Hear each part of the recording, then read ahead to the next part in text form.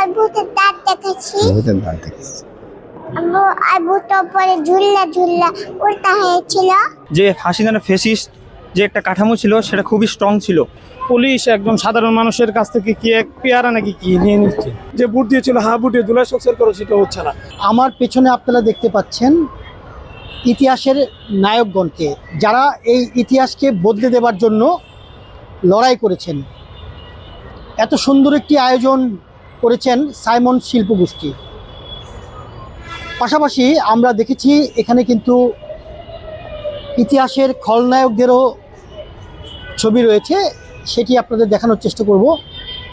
শিশুদের চোখে জুলাই এমন একটি প্রতিপাদ্য বিষয় নিয়ে কিন্তু সাইমন শিল্পগোষ্ঠী এই আলোকচিত্র প্রদর্শনীর আয়োজন করেছেন। চলুন আমরা দর্শকদের কাছ থেকে জেনে নেই তারা এই আয়োজনকে কিভাবে দেখছেন। হ্যাঁ, এই জায়গাটা এসে আমার খুব ভালো লাগছে। এখানে অনেক শিশুদের ইতিহাস, এরপর আয়নাঘরের স্মৃতি, আরও অনেক শহীদের কবর, এগুলো আমরা দেখলাম। এখানে আমার খুব ভালো লাগছে। এখানে আমার চোখের সামনে অনেকগুলো টিয়ার সেল, গুলি এগুলো মারা হয়েছে। এগুলো দেখে আমার খুব কষ্ট লাগছে। সেগুলো মনে পড়ছে তখনের কথা এগুলো দেখে। আবু আহাদ উনি হচ্ছে আমাদের যাত্রাবাড়িরই একজন, ওখানে আমাদের যাত্রাবাড়ির ওখানেই মারা গেছে। তো ওর স্মৃতিগুলো মনে পড়ছে। বাচ্চাকে নিয়ে আসার একটা কারণ, বাচ্চা যেন বড় হয়ে এই স্মৃতিগুলো তারা তাদের অন্তরে ধারণ করে তারা আগামী প্রজন্ম তারা এই 14 জুলাই যে উদ্দেশ্যে হয়েছিল, যেমন সাম্যের বাংলাদেশ বিনির্মাণের জন্য, সেটা যেন তারা সামনে অব্যাহত রাখে, সে কারণে মূলত বাচ্চাকে নিয়ে আসা এবং বিভিন্ন ছবির সাথে পরিচয় করে দেওয়া। বাচ্চাদের জন্য বাচ্চারা মোটামুটি যে সকল বাচ্চারা একটু বুঝতে পারে বা যারা প্লাস 5-6 বছরের তারা তো বুঝতে পারে, তাও ওদের জন্য খুব সুন্দর আয়োজন, যে তারা প্রত্যেকটা ছবি দেখে দেখে তারা ইতিহাসও পড়তে পারে, তারা সব কিছু জানতে পারবে। বাবা তুমি কি দেখলে? কি দেখেছো? ভূত। হ্যাঁ, ভূত। ছবি কোথায়? কার ভূত? ওই ঘরে। হ্যাঁ, আয়না ঘরে। হ্যাঁ, হ্যাঁ, আয়নার ঘর দেখেছি। হ্যাঁ হ্যাঁ, আর ভূতের দাঁত দেখেছি। ভূতের দাঁত দেখেছি।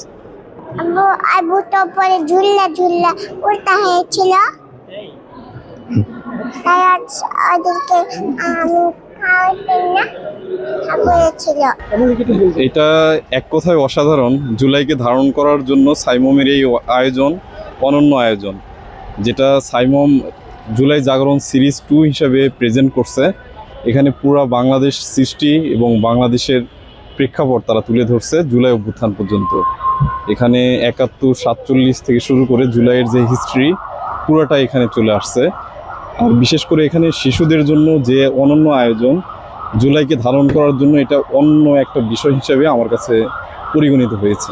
বাংলাদেশ জাতীয় জাদুঘরে যে সাইমন শিল্পী গোষ্ঠীর উদ্যোগে যে জুলাই প্রদর্শনীর আয়োজন করা হয়েছে, এটা প্রদর্শন করার জন্য আমরা সেই নরসিংদী রায়পুরা থেকে আসছি। আমাদের অনেক স্টুডেন্টরা এখানে আসছে। আমরা নিজেকে ধন্য মনে করছি যে এত চমৎকার একটি আয়োজন করেছে। এই আয়োজন মূলত হচ্ছে জুলাইকে আমাদের মাঝে রিমাইন্ড করার জন্য, এই বাংলাদেশের মানুষ তথা সমগ্র পৃথিবীর মানুষকে আবার স্মরণ করে দেওয়ার জন্য যে এই জুলাই এসেছিল 2024 সালের। এই জুলাইয়ের মাধ্যমে বাংলাদেশ স্বাধীনতা পেয়েছিল, বাংলাদেশ ফ্যাসিজম থেকে মুক্ত হয়েছিল। দীর্ঘ প্রায় 16-17 বছর পর্যন্ত এদেশের মানুষ সেই আওয়ামী ফ্যাসিজমের সময় তারা স্বাধীনভাবে কথা বলতে পারতো না। এদেশের অর্থগুলো একেবারে মানুষের চোখের সামনে বিদেশে পাচার করে দেওয়া হয়েছিল। এদেশের মানুষের কোনো ধরনের নিরাপত্তা ছিল না। শেষ পর্যন্ত আমাদের এদেশের ছাত্র জনতা এবং আপামর জনতা মিলে যে একটা বিপ্লব করেছিল, জুলাই বিপ্লব, সেই বিপ্লবের মাধ্যমে আমরা একটা নতুন বাংলাদেশ পেয়েছিলাম। যে বিপ্লবে আবু সাইদ মুগ্ধ সহ অসংখ্য তরুণের রক্ত ঝরেছে, শিশুদের রক্ত ঝরেছে, বৃদ্ধ আবাল বনিতার রক্ত ঝরেছে। প্রায় 30,000-এর উপরে মানুষ তাদের অঙ্গহানি হয়েছে। এত কিছুর পরেও আজকে যখন এই জুলাই বিপ্লবের উপর, জুলাই সনদের উপর ইন্টারিম গভর্নমেন্টের শেষ পর্যায়ে যখন একটি সরকার এসেছে, সেই সরকারের পরবর্তী সময়ে আমরা মনে করেছিলাম যে আমরা নতুন একটি সূর্য উদয় দেখব। কিন্তু আজকে অত্যন্ত আফসোসের বিষয়, সংসদে এবং বিভিন্ন জায়গায় আমরা দেখি যে এই জুলাই সনদ বাস্তবায়ন করার জন্য কথা বলতে হচ্ছে, কিন্তু জুলাই সনদ বাস্তবায়ন হচ্ছে না। 70% মানুষ তারা যে ভোট দিয়েছিল হ্যাঁ ভোটে জুলাই সংস্কার করা, সেটা হচ্ছে না। আজকে আমরা যখন এখানে আসলাম, দেখলাম, আমাদের গা শিহরে উঠে যায়। সে আয়নাগর থেকে নিয়ে সেই জুলাই বিপ্লব এবং 15-16 বছর যে স্টিম রোলার চালিয়েছে দেশের মানুষের উপর, এদেশের প্রত্যেকটি, বিশেষ করে বিরোধী দলের উপর, আলেম ওলামাদের উপর, ছাত্র জনতার উপর, এটা পৃথিবীর সবচেয়ে নির্যাতনের ইতিহাসকে এটাকে পর্যন্ত তারা পাস করেছে। তো আমরা এটাই চাই, এই আওয়ামী ফ্যাসিজম যেন বাংলাদেশে কখনো তাদের এই ফ্যাসিজমি আচরণ নিয়ে এখানে মাথাচাড়া দিয়ে না উঠতে পারে। আমাদের বর্তমান সরকারকে চাই যে আপনি বর্তমান সরকার যেন এই জুলাই সনদ বাস্তবায়ন করে মানুষের, কোটি কোটি মানুষের সে আকাঙ্ক্ষা যেন বাস্তবায়ন করে। শিশুদের চোখে জুলাই, এই বিষয়টা মানে শিশুদেরকে জানানোর জন্য কিন্তু এই আয়োজনটা বিশেষ করে করা হয়েছে। জি, শিশুদের চোখে জুলাই, এটা অবশ্যই। কারণ আজকে আমরা আস্তে আস্তে আমরা কিছুদিন পরে আমরা থাকবো না, কিন্তু এই শিশুরাই কিন্তু আগামী দিনের ভবিষ্যৎ বাংলাদেশের কর্ণধার হবে তারা। এই জন্য সাইমুম শিল্পী গোষ্ঠী অত্যন্ত চমৎকারভাবে বাংলাদেশের ইতিহাসে সাইমুম যে আয়োজনগুলো করে থাকে, সেটা একজন শিক্ষার্থীর জন্য অনেক কিছু, একটা শিশুর জন্য। তো আজকে এই শিশুদেরকে আমরা নিয়ে এসেছি আমাদের প্রতিষ্ঠান থেকে। তারা দেখছে, তারা বুঝতেছে যে একজন ফেসিবাদ, যারাই ফেসিবাদ হবে তাদের যে কি হবে। এখানে এই যে শেখ হাসিনা, সে যে পালিয়ে গেল, সে পালানোর কয়েক ঘন্টা আগেও দম্ভ করে কথা বলতো, কিন্তু সে যে এই দেশ থেকে পালিয়ে যেতে হয়েছে। তো আগামী দিনেও শিশুদের মধ্যে এটাই বোধগম্য হচ্ছে যে আগামী দিনেও কেউ যদি ফেসিবাদে হয়, কেউ যদি মানুষের স্বাধীনতা খর্ব করে, অন্যায় করে, তাকেও কিন্তু সে আওয়ামী ফেসিজমের মতো দেশ থেকে পালাতে হবে। এটাই কিন্তু বাস্তবতা। সুতরাং আমি মনে করি যে এই আয়োজনের মাধ্যমে বাংলাদেশের শিশুরা, বাংলাদেশের আপামর শিশুরা, তারা আবার নতুন করে জেগে উঠবে এবং তাদের মাঝে আর কোনোদিন এরকম ফেসিবাদে জন্ম নেবে না ইনশাআল্লাহ। যে আন্দোলন বাংলাদেশের মানুষের ভবিষ্যৎকে নির্ধারণ করে দিয়েছে। দীর্ঘ যে হাসিনার ফেসিস্ট যে একটা কাঠামো ছিল, সেটা খুবই স্ট্রং ছিল, সেটা কিন্তু ভেঙে ফেলা খুবই সহজ ছিল না।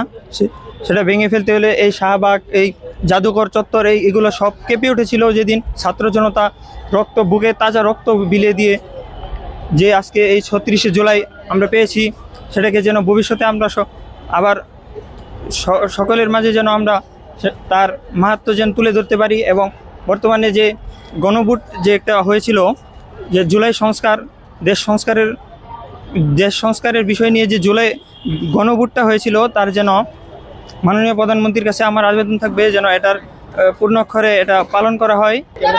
জুলাই আমাদের অহংকার, জুলাইকে আমাদের বাস্তবায়ন করতে হবে। যে আয়োজনটা করেছে এটি খুবই ভালো, শিক্ষণীয় আয়োজন। আমাদের কোটা সংস্কারের যে দাবি ছিল তা সংস্কার হয়েছে, কিন্তু যে জুলাইয়ের যে নীতিমালা প্রণয়ন করা হয়েছিল তা এখনও আমরা পুরোপুরিভাবে দেখতে পাচ্ছি না।